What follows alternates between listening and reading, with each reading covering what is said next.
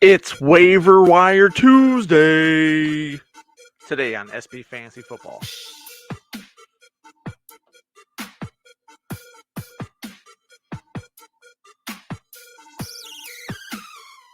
What is going on, everybody? Welcome to SB Fantasy Football with your pal Alan. And that's right, today it's Waiver Wire Tuesday. Week one of the NFL is in the books. Maybe you didn't draft too great. Maybe you drafted Aaron Rodgers and you need some help.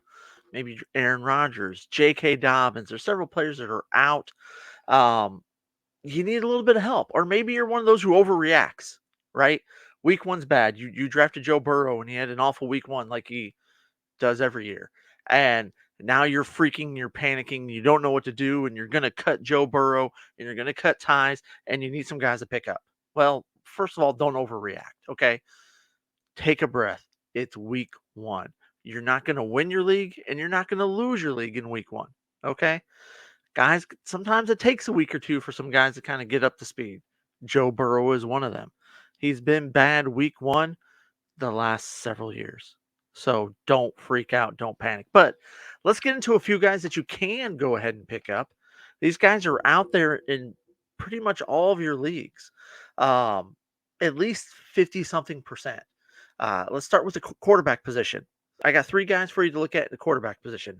Mac Jones, 316 yards, 3 touchdowns, 1 interception against the really good Eagles defense.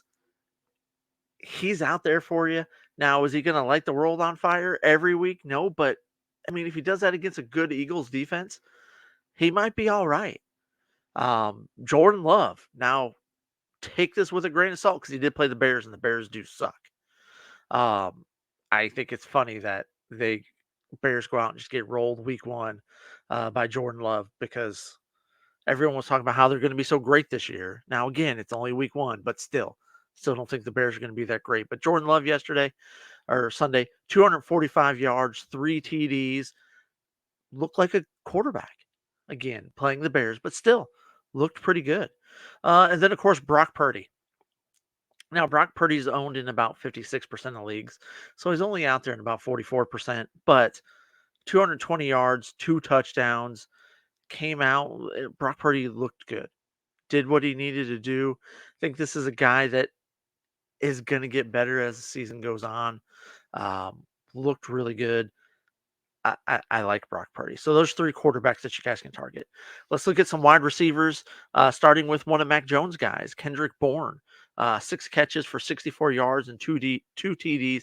He's available in virtually every league. He's owned in like 3% of leagues. If you think Mac Jones is going to be it, Kendrick Bourne he might be all right for you. Jacoby Myers is another guy that's out there. Now, he is in concussion protocol, so there's a possibility he might not play this week, but he had 9 catches for 81 yards and 2 TDs. Jimmy G's there.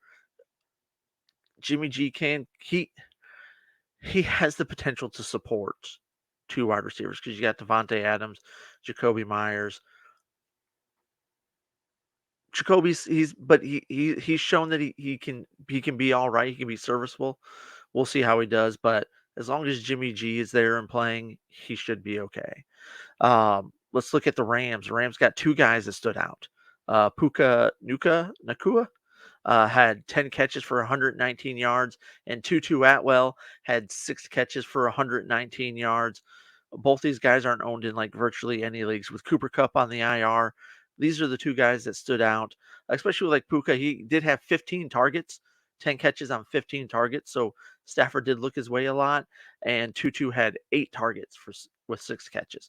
So those are two guys that got a lion's share of the Stafford targets. With Cooper Kupp being out, those are definitely two guys that stood out in week one. Um, Van Jefferson's always just kind of been there. He was the guy that everyone was kind of looking at. I was actually looking at Ben Skinowitz, which neither one of them really stood out, but these two guys definitely stood out. So, and then the last guy we got is Rashid Shaheed. Um, he had 6 targets, 5 catches, 89 yards, and a touchdown. He also had 2 rushes for 11 yards. looked pretty solid in week 1. So there's 5 guys that you can go ahead and take a look at with your wide receivers. The one guy that definitely be careful of is Jacoby Myers with that concussion and being in the concussion protocol. Running back wise, jkdobbins goes down. Justin Hill is available in, or just not Justin, Justice Hill is available in pretty much every single league. Now, he had himself a good day. He had 8 rushes for 9 yards, but 2 TDs. So he's a guy who's going to get those red zone runs. Now, is he going to step up and get a bigger role with JK being out?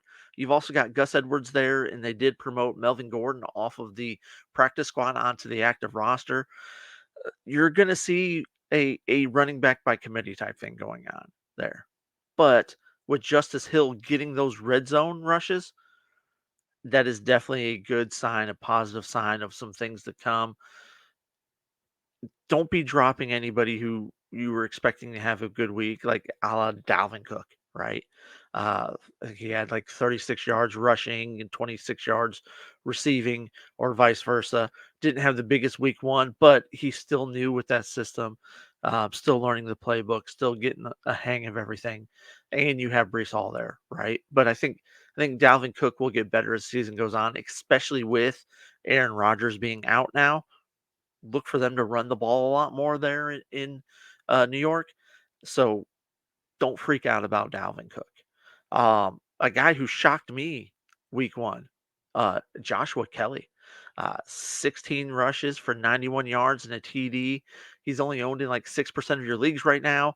He had himself a week, career highs there. This is a guy that I had zero regard for because he hasn't shown anything over the last several years. Well, in this now again, week one in this new Kellen Moore offense, he looked good. Him and Eckler both looked really good in week 1. So he's definitely a guy. If you need a running back, he's out there and he's available. And the last guy I got is Kyron Williams. It's with the Rams though, right? Cam Akers did have more touches than he did, but he had 15 rushes for 52 yards, two TDs. He did have 2 targets. They did target him twice in the passing game. He didn't come down with either one of those catches. He's available in like 94% of your leagues. So he's definitely out there in all of your leagues. But be careful because, again, it's just 1 week. I don't want to base who's going to get the lion's share of the work because week 1, Cam Akers had more touches. He just didn't get the yards. Cam Akers has shown he can get it. So, again, just be cautious with that. If you want to pick him up, if you got Cam Akers, you want to pick him up as a handcuff, 100%. If you got the room on your roster, you had J.K. Dobbins, you can't get any of these other guys, yeah, go ahead and pick him up. But don't drop anybody of significance for him because you're not 100% sure what that situation is going to look like, as well as how good the Rams are going to do. Yeah, they looked good in week 1, taking care of Seattle, but is Seattle going to be that great this year? You don't know. They did have a really good year last year, but is Geno Smith going to come back down to earth? We'll see. And the last position I got for you is the tight end position. I got 2 guys there for you. The double H's, Hunter Henry and Hayden Hurst. Henry had 5 catches for 56 yards and a touchdown. Hayden Hurst, 4 catches, 41 yards and a touchdown. These are both guys they're going to get some action. They're not going to get a ton of action, but as far as tight ends are concerned, they're going to do all right. You didn't really have any tight ends light up the world, but 2 of your top tight ends in the league were out, um, in Travis Kelsey and Mark Andrews. Dallas Goddard did nothing this week, but don't freak out about him. It's 1 week. But Hunter Henry and Hayden Hurst, those are both 2 guys that are out there in a decent amount of your leagues that can get you some. They're gonna do good. They're going to be solid for you. They're not going to light the world on fire every week. They're not going to score a touchdown every week.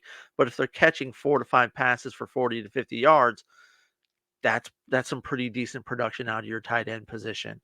You could do a lot worse for sure. But guys, that's what I got for the waiver wire for this week, guys. Is there any players out there that I missed? Like, hey, you should have mentioned him. You should have mentioned this guy. Or do you hate these guys? Am I Am I giving you guys some bad advice here? Let me know. Again, it is week 1, so don't panic. Don't freak out. But if you had some injuries or you drafted maybe a questionable guy, here's some guys you can go ahead and go and pick up. But hey, guys, thank you so much for watching. Make sure you tune in to Strikeout Beer live Wednesday, 7 p.m. Me and Rapid Dave will be there talking some more fantasy football, amongst other things, and enjoying a nice beer. But thank you guys so much for watching. As always, I'm Alan. I'll talk to you guys later. Deuces.